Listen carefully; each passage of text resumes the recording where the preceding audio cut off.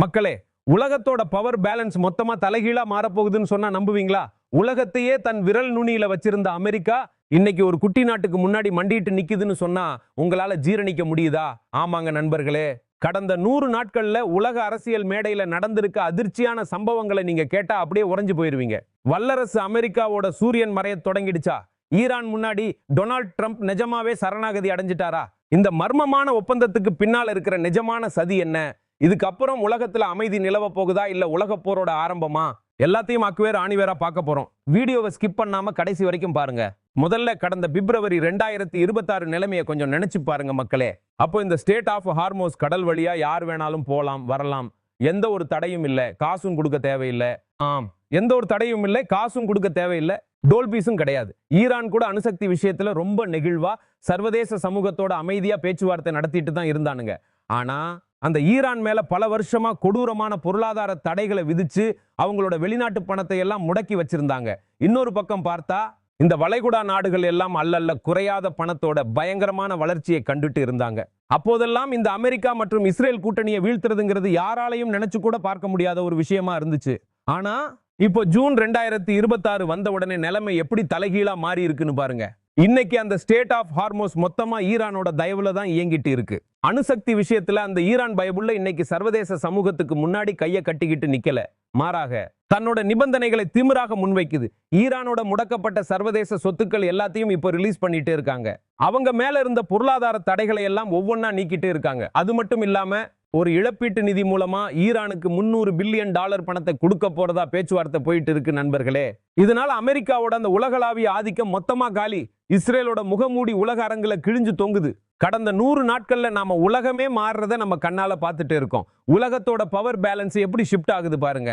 அமெரிக்காவோட சகாப்தம் அப்படியே சரிஞ்சு விழுகுது. ஈரான், சீனா மாதிரியான நாடுகளோட கொட்டம் நாளுக்கு நாள் அதிகமாகிட்டே போகுது. இதையெல்லாம் விட ரொம்ப அசிங்கமான விஷயம் என்னன்னா, ட்ரம்ப் எப்படியாவது இந்த யுத்தத்தில இருந்து ஓடி போயிடலான்னு வழி தேடிட்டு இருக்காரு. ஆனா தோத்து போன அந்த ஈரானுக்கு எந்த ஒரு அவசரமும் இல்ல. அவங்க எந்த ஒரு டீலுக்கும் உடனே சம்மதிக்காம கெத்து காட்டிட்டே இருக்காங்க. ட்ரம்ப் எந்த ஈரான் டீலை பத்தி பெருமையா பேசிட்டு இருந்தாரோ, ஈரான் சரணடைய போகுதுன்னு எந்த வெத்து ஜம்பத்தை விட்டுட்டு இருந்தாரோ, அது இப்போ எங்க போச்சுன்னே தெரியல. யாருமே அதை பார்க்கல. பல மாத காத்திருப்புக்கு அப்புறம் கடைசியில ஒரு அமைதி ஒப்பந்தம் கூட இன்னும் கையெழுத்தாகல மக்களே. ஆனா ஒரு புரிந்துணர்வு ஒப்பந்தம், அதாவது ஒரு MOU கட்டமைப்புல 2 பக்கமும் இப்போ கையெழுத்து போட்டிருக்காங்க. சரி, இதனால என்னதான் நடக்குது? இதனால பேசிக்கா அந்த ஸ்டேட் ஆஃப் ஹார்மோஸ் கடல் வழி இப்போதைக்கு திறந்து விடப்பட்டிருக்கு. அப்புறம் 2 தரப்பும் இதை பத்தி தொடர்ந்து பேச்சுவார்த்தை நடத்துவோம்னு ஒத்துக்கிட்டு இருக்காங்க. ஆனா உலக நாடுகள் எல்லாம் எதை பார்த்து சிரிக்குது தெரியுமா? வெறும் இந்த ஒரு புரிந்துணர்வு ஒப்பந்தத்துக்காக, அதுவும் இந்த ஈரானை சமாதானப்படுத்துறதுக்காக. அமெரிக்கா எப்படி ஒண்ணுமில்லாம ஆயுதங்களை கீழே போட்டுட்டு சரணடைஞ்சிருக்கு பாருங்க. இந்த டீல் எவ்வளவு கேவலமான, மன்னிக்கவும், எவ்வளவு அற்புதமான டீல்னா, அமெரிக்கா இதோட முழு விவரங்களை இதுவரைக்கும் பொதுவெளியில ரிலீஸ் கூட பண்ணல. குறைந்தபட்சம் நாம இந்த வீடியோவை ரெக்கார்ட் பண்ற இந்த நிமிஷம் வரைக்கும் அமெரிக்கா அதை மூடி மறைக்குது. ஒருவேளை ஈரான் அசிங்கப்பட்டுட கூடாதுன்னு ட்ரம்ப் நினைக்கிறாரோ என்னவோ. ஏன்னா ஈரான் தான் சரணடைஞ்சிருச்சுன்னு ட்ரம்ப் கதை விட்டுட்டு இருக்காரு இல்ல. ஆனா அந்த ஈரான்காரன் சும்மா இருப்பானா? அவனுங்க அந்த MOUவோட 14 முக்கிய புள்ளிகள் கொண்ட விவரங்களை அழகா லீக் பண்ணிட்டானுங்க. அதை இதுவரைக்கும் அமெரிக்காவும் மறுத்து பேசல. அப்போ இந்த லீக்கான விவரங்கள் தான் உண்மைன்னு நம்ம தாராளமா எடுத்துக்கலாம் இல்லையா? என்ன கொடுமை பாருங்க நண்பர்களே.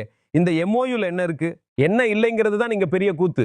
எந்தெந்த விஷயத்துக்காக இந்த சண்டையை ஆரம்பிச்சதோ, எந்த போருக்காக இவ்வளவு ஆர்ப்பாட்டம் பண்ணாங்களோ, அதாவது ஈரானோட ஆட்சியை மாத்தணும், அவங்களோட அணுசக்தி கையிருப்பை மொத்தமா அழிக்கணும், அவங்களோட ஏவுகணை திட்டங்களை கட்டுப்படுத்தணும், இந்த எந்த ஒரு விஷயத்தையும் இந்த ஒப்பந்தத்துல தொட்டு கூட பார்க்கல. அதெல்லாம் அப்படியே பழையபடி வீரியமா இருக்கு. ஈரானுக்குள்ள ஜனநாயகத்தை கொண்டு வர்றதை பத்தி பேசவே இல்லை. மாறாக அங்க இருக்கிற IRGC அமைப்போடப்படி இன்னும் பலமா இறுகி இருக்கு. இதற்கெல்லாம் நாம ட்ரம்புக்கு தான் பெரிய கும்பிடு போடணும். இதனாலதான் மக்களே, இஸ்ரேல் நாடு இது அமெரிக்காவோட தோல்வியை விட தன்னோட சொந்த தோல்வியா நினைச்சு கதறிட்டு இருக்கு. ஏன்னா இஸ்ரேல் இந்த பேச்சுவார்த்தையில ஒரு ஆளாவே மதிக்கப்படல. இந்த MOUல அவங்க ஒரு பார்ட்னர் கூட கிடையாது. இந்த ஒட்டுமொத்த டீல்லையும் அவங்களுக்கு எந்த ஒரு பங்கும் இல்லவே இல்லை. இதனால இஸ்ரேல் தலைவர்கள் இந்த ஈரான் ஒப்பந்தத்தை பார்த்து எவ்வளவு கடுப்புல இருக்காங்க தெரியுமா? அவங்க இப்போ பகிரங்கமாவே அமெரிக்காவை கண்டபடி திட்டி தீர்த்துட்டு இருக்கிறாங்க. நெதன்யாகுவே இந்த டீலோட சில நிபந்தனைகளை ஏத்துக்க முடியாதுன்னு கையை விரிச்சிட்டாரு. லெபனான் விஷயத்துல இருக்கிற கண்டிஷன்களை நாங்க மதிக்க மாட்டோம்னு சவால் விட்டுருக்காரு. இன்னொரு பக்கம் ஈரானும் சும்மா இருக்கல. இதுக்கு அப்புறம் இஸ்ரேல் ஏதாவது தில்லாலங்கடி வேலை பண்ணுனா அது அமெரிக்காவோட ஆசீர்வாதத்தோட தான் நடந்துச்சுன்னு நாங்க முடிவு பண்ணுவோம்னு எச்சரிச்சிருக்காங்க. இப்படிப்பட்ட சூழ்நிலையில இஸ்ரேல் எடுத்து வைக்கிற ஒரே ஒரு தப்பான அடி இந்த ஒட்டுமொத்த டீலையும் அப்படியே தவிடுபொடியாக்கிடும். அது மட்டும் இல்லாம ஜெனீவாவில் ஜூன் 19 நடக்க போற அந்த அதிகாரப்பூர்வ கையெழுத்து விழாவுக்கு முன்னாடி இஸ்ரேல் தன்னோட நரித்தனமான எண்ணத்துல ஜெயிச்சு இந்த அமைதியை குலைச்சாலும் குலைச்சிரும். என்ன நடக்க போகுதுன்னு பொறுத்து இருந்து தான் பார்க்கணும். ட்ரம்ப் இந்த ஈரானை ரொம்ப குறைச்சு மதிப்பிட்டு தன்னோட வாழ்க்கையிலேயே மிகப்பெரிய தப்ப பண்ணிட்டாருங்கிறத நம்ம ஏற்கனவே பார்த்துட்டோம். அவங்களோட ஆபரேஷன் எபிக் ஃபியூரி எப்படி இன்னைக்கு ஆபரேஷன் எபிக் பிளண்டரா, அதாவது ஒரு வரலாற்று தோல்வியா மாறி இருக்குன்னு நமக்கு நல்லாவே தெரியும். இந்த டீல் மேக்கர் ட்ரம்பால ஏன் ஈரான் கூட ஒழுங்கா ஒரு டீல் பேச முடியாம திரும்ப திரும்ப ஃபெயில் ஆகுறாரு? கேளுங்க நண்பர்களே. இந்த புரிந்துணர்வு ஒப்பந்தத்துல யாருக்கு என்ன கிடைக்குது? அமெரிக்கா நிஜமாவே ஈரானுக்கு அள்ளி கொடுத்து சரணாகதி அடையுதா? நிஜமாவே 300 பில்லியன் அமெரிக்க டாலர் பணம் ஈரானை நோக்கி போக போகுதா? ட்ரம்போட இந்த டீல் ஓபாமாவோட பழைய டீலை விட எந்த வகையிலையாவது பெட்டரா இருக்கா? ஈரானோட அணுசக்தி திட்டத்தையோ இல்ல பாலிஸ்டிக் ஏவுகணைகளையோ பத்தி இங்க ஒரு வார்த்தை கூட இல்லையே. அப்புறம் எதுக்குடா இந்த யுத்தத்தை ஆரம்பிச்சீங்கன்னு கேட்க தோணுதா இல்லையா? அதையெல்லாம் இப்போ எல்லாரும் மறந்துட்டாங்களா? கடைசியா இஸ்ரேல் இந்த டீலை சும்மா விட்டுடுமா? ஏன் இஸ்ரேல் இப்போ அமெரிக்காவுக்கு எதிராகவே கலகம் பண்ண கிளம்பி இருக்கு. அப்புறம் ஈரானோட முடக்கப்பட்ட 12 பில்லியன் டாலர் சொத்துக்களை ரிலீஸ் பண்றதை பத்தி பேசியிருக்காங்க. சில ரிப்போர்ட்ஸ் படி பார்த்தா அது ஏற்கனவே ரிலீஸ் ஆகிடுச்சான். ஆனா ஈரானோட அணுசக்தி திட்டத்தை பத்தி இப்போதைக்கு எந்த ஒரு உறுதியான பேச்சும் இல்ல. குறைந்தபட்சம் அவங்களை கட்டுப்படுத்துற மாதிரி எந்த ஒரு கட்டாயமும் இல்ல. அடுத்த 50-60 நாட்கள்ல இதை பத்தி பேசுவோம்னு மட்டும் சொல்லியிருக்காங்க. ட்ரம்ப் அரசாங்கம் என்னவோ ஈரான் இனிமேல் அணு ஆயுதமே தயாரிக்க மாட்டேன்னு ஒத்துக்கிட்டதா சொல்லி கொண்டாடிட்டு இருக்காங்க. ஆனா இதே கதையை தான் ஈரான் கடந்த 25 வருஷமா சொல்லிட்டே இருக்கு. நாங்க அணு ஆயுதங்களை விரும்பல, வெறும் சிவிலியன் தேவைக்காகத்தான் அணு தொழில்நுட்பத்தை வளர்க்கிறோம்னு அவனுங்க சொல்லிட்டு தான் இருக்கானுங்க. ஆனா நேரடியா ராணுவத்துக்கு பயன்படக்கூடிய ஏவுகணைகள், கடற்படை, ஈரானோட பிராக்சி அமைப்புகள், இதை பத்தி எல்லாம் இப்போதைக்கு எந்த ஒரு பேச்சுவார்த்தையோ எழுத்துப்பூர்வமான உறுதியோ எதுவுமே தரப்படல. சும்மா இந்த எம்ஓயூல இதை பத்தி அப்புறமா பேசுவோம்னு மட்டும் எழுதி வச்சிருக்காங்க. இதை விட கொடுமை என்னன்னா நண்பர்களே, இந்த லீக்கான டீல்ல அமெரிக்காவுக்கு இன்னும் ஒரு பேரதிர்ச்சியான விஷயம் வெளியே வந்திருக்கு. அதை பார்த்து இப்போ அமெரிக்காவில் ஒரே கூச்சல் குழப்பம் நடந்துட்டு இருக்கு. அமெரிக்கா தங்களுக்கு 300 பில்லியன் டாலர் மறுசீரமைப்பு நிதியை கொடுக்கிறதா வாக்குறுதி அளிச்சிருக்குன்னு ஈரான் இப்போ சொல்லிட்டே இருக்கு. இது தவிர 24 பில்லியன் டாலர் முடக்கப்பட்ட சொத்துக்களை ரிலீஸ் பண்ணணுமா. அதுல 12 பில்லியனை கையெழுத்து போடுறதுக்கு முன்னாடியே கொடுக்கணுமா. இந்த விஷயம் வெளியில வந்த ஆரம்ப மணி நேரங்கள்ல அமெரிக்கா தரப்புல அப்படியே கம்முன்னு மயான அமைதி காத்தாங்க. கடைசியில அமெரிக்க துணை குடியரசுத் தலைவர் ஜேடி வான்ஸ் பிரஸ் முன்னாடி வந்தப்ப அவரால் இந்த 300 பில்லியன் டாலர் மேட்டரை மறுத்து பேச முடியல. அந்த ஆரம்ப கட்ட டிரான்ஸ்பர் கம்ப்ளீட் ஆகிடுச்சுன்னு சொல்றாங்க. சில ரிப்போர்ட்ஸ் படி பார்த்தா பிளைட் ட்ராக்கிங் டேட்டா மூலமாவும் இந்த விஷயம் கன்ஃபார்ம் ஆகி இருக்கு. அப்படி ஒரு பிளைட் இப்ப பறந்திருக்கு. ஆனா நம்ம ட்ரம்ப் இருக்காரு, அவர் குழப்பத்தை உண்டாக்கலனா அவருக்கு ராத்திரி தூக்கமே வராத. உடனே சோசியல் மீடியாவுக்கு வந்து ஒரு போஸ்ட் போடுறாரு, நான் ஈரானுக்கு 300 பில்லியன்லாம் கொடுக்க ஒத்துக்கலப்பா, வெறும் 3 பில்லியன் டாலர் கொடுக்கத்தான் ஒத்துக்கிட்டேன்னு சொல்றாரு. யோசிச்சு பாருங்க, இஸ்ரேலே நீ இந்த 3 பில்லியனை வச்சுக்கோ, டீல்ல கையெழுத்து போடு, இது ஒரு குட்வில் அமௌண்ட்னு ட்ரம்ப் கொடுத்திருக்காரு. அப்போ ஒரு முழுமையான இறுதி அணுசக்தி ஒப்பந்தம் கையெழுத்தாகணும்னா எவ்வளவு காசை கொட்ட வேண்டி இருக்கும்னு நீங்களே கணக்கு போட்டு பாருங்க. உங்களுக்கு நான் ஒன்னு நினைவூட்ட விரும்புறேன் மக்களே, இதே ட்ரம்ப் தான் இஸ்ரேல் பேச்சை கேட்டுட்டு 2018ல ஈரான் கூட இருந்த ஒப்பந்தத்தை அப்படியே கிழிச்சு குப்பையில போட்டுட்டு அமெரிக்காவை வெளியில இழுத்தாரு. ஓபாமா காலத்துல போடப்பட்ட அந்த ஒப்பந்தத்தை வரலாற்றிலேயே மிக மோசமான ஒப்பந்தம்னு சொன்னாரு இந்த ட்ரம்ப். ஆனா இன்னைக்கு ட்ரம்ப் பண்ற இந்த டீல் இருக்கே, இது ஒவ்வொரு வகையிலையும் ஓபாமாவோட அணுசக்தி ஒப்பந்தத்தை விட மிக மிக மோசமானது, அசிங்கமானது. அமெரிக்காவுக்கு இது ஒரு ராணுவ மற்றும் ராஜதந்திர தோல்வி. எப்படின்னு விளக்குறேன் கேளுங்க. ஜேசிபிஓஏ ஒப்பந்தப்படி 2015ல ஈரானோட 97% யுரேனியம் கையிருப்பை ரஷ்யாவுக்கு அனுப்பணும்னு முடிவு செய்யப்பட்டு அது நடந்துச்சு. ஆனா ட்ரம்போட இந்த டீல் அப்படி எந்த ஒரு குறிப்பிட்ட தேதியோ விவரமோ இல்ல. ஏதோ கொஞ்சம் யுரேனியத்தை டவுன் பிளண்ட் பண்ணுவோம்னு மட்டும் எழுதி இருக்கு. அது எப்போ நடக்கும், எங்க நடக்கும்னு யாருக்கும் தெரியாது.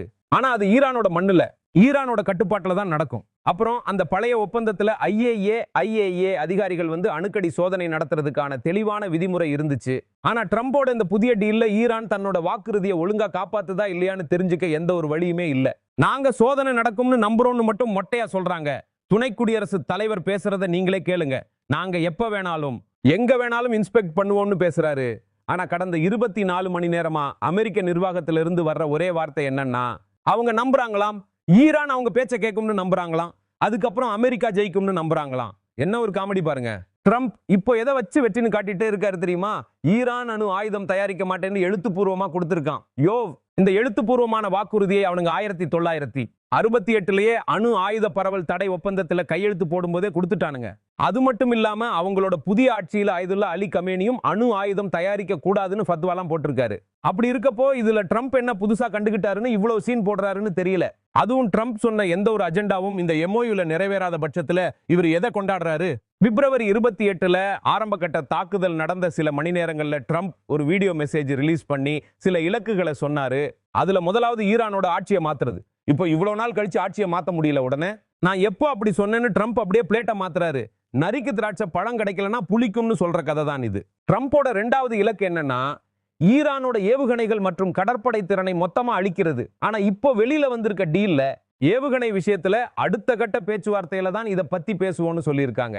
ஈரானுக்கு அவங்களோட பாலிஸ்டிக் ஏவுகணைகள் எவ்வளவு முக்கியங்கிறத பத்தி நாம ஏற்கனவே ஒரு முழு வீடியோ போட்டிருக்கோம், அதை பார்த்துக்கோங்க. அதுல ஈரான் எப்பவுமே சமரசம் செய்யாது. அப்புறம் ஈரானோட கடற்படையை 100% அழிச்சிட்டதா ட்ரம்ப் சொல்றாரு. அப்புறம் ஏன் இந்த ட்ரம்புக்கு ஹார்மோஸ் வழியை திறக்க வைக்கிறதுக்கு இவ்வளவு வேர்த்து விறுவிறுத்து போகுது? கடற்படை தான் அழிஞ்சு போச்சே, அப்புறம் ஹார்மோஸ் தானா திறந்திருக்க வேண்டியது தானே? இப்போ ஈரான்காரன் கடற்படையோட இலக்கணத்தையே மாத்திட்டான். இப்போ அமெரிக்காவோட மிக முக்கியமான அவசரமான இலக்கை பத்தி பேசுவோம். அதுதான் ஸ்டேட் ஆஃப் ஹார்மோஸை திறக்கிறது. இதுவே ஒரு புதுசான இலக்கு தான் நண்பர்களே. ஏன்னா இந்த ஹார்மோஸ் பிரச்சனைங்கிறது போருக்கு முன்னாடி இல்லவே இல்லை. அமெரிக்காவோட முட்டாள்தனமான வேலைகளால தான் இந்த பிரச்சனையை உருவாச்சு. இப்போ இத்தனை வார பேச்சுவார்த்தைக்கு அப்புறம் அமெரிக்காவுக்கே ஒரு விஷயம் புரிஞ்சு போச்சு. ஈரான் ஹார்மோஸ் வழியா காசு சம்பாதிச்சுட்டே தான் இருக்கும், அதோட கட்டுப்பாடு அவங்க கிட்ட தான் இருக்கும்னு தெரிஞ்சு போச்சு. அதனாலதான் இப்போ அமெரிக்காவில் இருக்கிற உயர் அதிகாரிகள் எல்லாரும் இதுதான் புதிய இயல்பு நிலை, நியூ நார்மல் அப்படின்னு ரகசியமா ஒத்துக்க ஆரம்பிச்சிருக்காங்க. இந்த எம்ஓயுவுக்கு அப்புறம் ஜேடி வான்ஸோட பேச்சை எப்படி மாறி இருக்கு பாருங்க. அமெரிக்கா இப்போ ஈரான் டோல்கேட் காசு வாங்காதுன்னு எதிர்பார்க்குதாமா. ஆனா இங்க கவனிக்க வேண்டிய விஷயம் என்னன்னா ஈரான் நான் டோல் கட்டணம் வாங்க மாட்டேன்னு சொல்லுது. ஆனா அதுக்கு பதிலா என்விரான்மெண்ட் மேனேஜ்மெண்ட் பீஸ் அப்படின்னு ஒரு சர்வீஸ் சார்ஜ் வாங்குவோம்னு சொல்லுது. அது டோலா இருந்தா என்ன, இல்ல சர்வீஸ் சார்ஜா இருந்தா என்ன? எப்படியோ அந்த ஸ்டேட் ஆஃப் ஹார்மோஸ் இனிமேல் உலக நாடுகளுக்கு ஃப்ரீயா கிடைக்க போறது இல்லைங்கிறது மட்டும் கசப்பான உண்மை. இது முழுக்க முழுக்க ஈரானோட கண்காணிப்புல தான் இயங்க போகுது. இதுதான் ட்ரம்போட வரலாற்று சாதனை. ஒரு குறுகிய பார்வை கொண்ட அதிபரா தான் இவரை வரலாறு நினைவில் வச்சுக்கும். ஏன்னா இவர் ஈரான் விஷயத்துல 3 வரலாற்று தவறுகளை பண்ணியிருக்காரு. முதலாவது 2018 இஸ்ரேல் பேச்சை கேட்டு JCPOA ஒப்பந்தத்திலிருந்து வெளியில வந்தது. 2வது ஜூன் 2025 இஸ்ரேல் சொன்ன உடனே ஈரானோட அணுசக்தி தளங்கள் மேல குண்டுகளை போட்டது. 3வது மிகப்பெரிய தவறு, இந்த வருஷம் பிப்ரவரியில திரும்பவும் இஸ்ரேல் பேச்சை கேட்டுட்டு ஈரானுக்கு எதிராக முழுமையான போரை தொடங்கினது. இதுக்கப்புறம் எல்லா பக்கமும் அமெரிக்கா ஃபெயில் ஆகி நிக்குது. ஸ்டேட் ஆஃப் ஹார்மோஸ் கைவிட்டு போனதுதான் மிச்சம். இந்த அமெரிக்க அரசியல்வாதிகளும் டொனால்ட் ட்ரம்பும் ஏன் எப்ப பார்த்தாலும் இஸ்ரேல் ஆடுற ஆட்டத்துக்கெல்லாம் ஆடுறாங்க? அவங்களுக்கு என்ன அப்படி ஒரு கட்டாயம்? இதை பத்தி நம்ம தனியா ஒரு எபிசோட் பண்ணியிருக்கோம், நேரம் இருந்தா பாருங்க. ஆனா இப்போ ட்ரம்போட உண்மையான பாஸ் நெதன்யாகு பயங்கர கோபத்துல இருக்காருங்க. ஈரான் கூட சமரசம்னா பிராந்திய சூப்பர் பவரா மாறணும்னு இஸ்ரேல் கண்ட கனவு இப்போ மொத்தமா உடையுது. ஈரானை மொத்தமா அழிக்கணும்னு அவங்க நினைச்சது இப்போ தவிடுபடி ஆகுது. இதை இஸ்ரேலால தாங்கிக்கவே முடியல. ட்ரம்போட மிடில் ஈஸ்ட் அரசியல்ல நடந்த எல்லா வரலாற்று தவறுகளுக்கும் பின்னால இஸ்ரேலோட கைதான் இருக்குங்கிறதுல எந்த ஒரு சந்தேகமும் இல்லை. ஏன்னா பல வருஷமா இஸ்ரேல் பிரதமர் நெதன்யாகு ட்ரம்பை ஏமாத்தி மிடில் ஈஸ்ட்ல தன்னோட சொந்த அஜெண்டாவை தான் முன்னெடுத்துட்டு இருக்காரு. இந்த சதி கோட்பாட்டாளர்கள், கான்ஸ்பிரசி தியரிஸ்ட் பல வருஷமா ஒரு விஷயத்த சொல்லிட்டே இருக்காங்க. ட்ரம்போட பேரு எப்ஸ்டீன் ஃபைல்ல இருக்கு. இஸ்ரேல் உளவுத்துறை கிட்ட ட்ரம்புக்கு எதிராக ஏகப்பட்ட ஆதாரங்கள் இருக்கு. அதை வச்சு தான் அவங்க ட்ரம்ப் ஆட்டு வைக்கிறாங்கன்னு சொல்றாங்க. ஆனா இப்போ நிலைமை எவ்வளவு மோசமாகிடுச்சு பாருங்க. ட்ரம்ப் இப்போ பொதுவெளியிலேயாவது இஸ்ரேலோட அஜெண்டாவுக்கு எதிராக பேச ஆரம்பிச்சிட்டாரு. இதனால இஸ்ரேல் செம கடுப்புல இருக்கு. ஈரானுக்குள்ள ஜனநாயகத்தை கொண்டு வர்றது அமெரிக்காவோட அஜெண்டாவும் இல்ல, இஸ்ரேலோட அஜெண்டாவும் இல்ல நண்பர்களே. இஸ்ரேல் இந்த போரோட மறைவுல தன்னோட கிரேட்டர் இஸ்ரேல் திட்டத்தை தான் முன்னெடுத்துட்டு இருந்தாங்க. அதனாலதான் அவங்க மிடில் ஈஸ்ட்ல அமைதி வர்றதை எப்பவுமே விரும்ப மாட்டாங்க. போர் நடந்தா மட்டும்தான் இஸ்ரேலுக்கு மத்த நாடுகளோட இடங்களை பிடிச்சி எக்ஸ்பாண்ட் பண்ண முடியும். இப்போ ஈரான் போர் நடக்கிற கேப்ல அவனுங்க லெபனான் மேல தாக்குதல் நடத்திட்டு இருக்கானுங்க. எல்லாரோட கவனமும் ஈரான் மேல இருக்கப்போ இஸ்ரேல் சுப்சாப் லெபனானோட இடங்களை ஆக்கிரமிச்சிட்டு இருக்கு. இப்போ போர் முடிவுக்கு வந்தா இஸ்ரேல் இதையெல்லாம் எப்படி பண்ண முடியும்? அவங்களோட கிரேட்டர் இஸ்ரேல் கனவு என்ன ஆகிறது? அதனாலதான் இந்த போர் நிக்கிறதை இஸ்ரேல் விரும்பவே இல்லை. அதுவும் ஈரானுக்கு சாதகமா நிக்கிறது அவங்களால ஏத்துக்கவே முடியாது. அதுக்காக அமெரிக்காவுக்கு எதிராகவே போகணும்னாலும் அவங்க ரெடியா இருக்காங்க. இஸ்ரேல் பிரதமர் இப்போ ஓப்பனாவே அமெரிக்காவுக்கும் எங்களுக்கும் கருத்து வேறுபாடு இருக்குன்னு அறிக்கை விடுறாரு. ஈரான் கூட அமைதினா கிரேட்டர் இஸ்ரேல் திட்டம் மொத்தமா கோவிந்தா தான். இன்னொரு பக்கம் இஸ்ரேலுக்குள்ளேயே நெதன்யாகுவுக்கு எதிராக இப்போ ஆட்சி கவிழ்ப்பு நடந்தாலும் ஆச்சரியப்படுறதுக்கு இல்லை.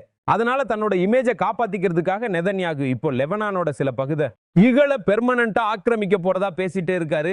நாங்க லெபனான்ல இருந்து பின்வாங்க மாட்டோம்னு சவால் விடுறாரு. ஆனா நெதன்யாகுவோட நிலைமையையும் கொஞ்சம் யோசிச்சு பாருங்க. ஒரு பக்கம் ட்ரம்ப் கூட நேருக்கு நேர் சண்டை போட முடியாது.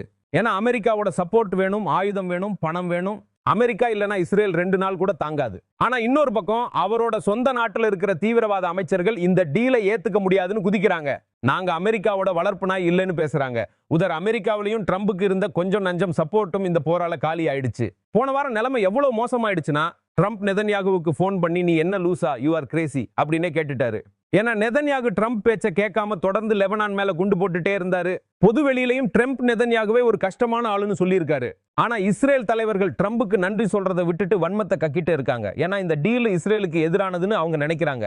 இப்போ இஸ்ரேல்ல இருக்கிற ஆளுங்கட்சியும் சரி எதிர்க்கட்சியும் சரி எல்லாரும் இந்த டீல் ஃபெயில் ஆகணும், திரும்பவும் போர் வரணும், ஈரான் அழியணும்னு தான் கங்கணம் கட்டிக்கிட்டு அலையுறாங்க. அதுக்கு அவங்க பண்ண போற ஆகச்சிறந்த வேலை என்ன தெரியுமா நண்பர்களே?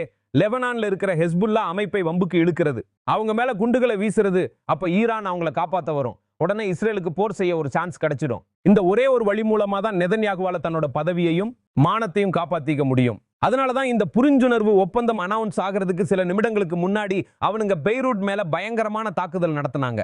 எப்படியாவது இந்த டீலை தடுத்து நிறுத்தணும்னு பாக்குறாங்க. இன்னும் ஜூன் 19 அதிகாரப்பூர்வ கையெழுத்து போடப்படல. அதுக்குள்ள இஸ்ரேல் இன்னும் என்னென்ன தில்லாலங்கடி வேலைகளை பண்ண போகுதுன்னு பார்க்கலாம். காசாவிலையும் லெபனான்லையும் இஸ்ரேலோட கேவலமான முகத்தை நாம ஏற்கனவே பார்த்துட்டோம். அவனுங்க எந்த அளவுக்கு வேணாலும் இறங்குவாங்க. மக்களே, உங்களுக்கு என்ன தோணுது? உலகத்துல அமைதி நிலவ போகுதா, இல்ல இந்த இஸ்ரேல் உலகத்தோட அமைதியை கெடுத்து தன்னோட நரித்தனமான எண்ணத்துல திரும்பவும் ஜெயிச்சிடுமா? உங்க கருத்தை கமெண்ட்ல சொல்லுங்க. அடுத்த அதிரடியான வீடியோவோட உங்களை சீக்கிரமா வந்து பார்க்கிறேன். நன்றி மக்களே.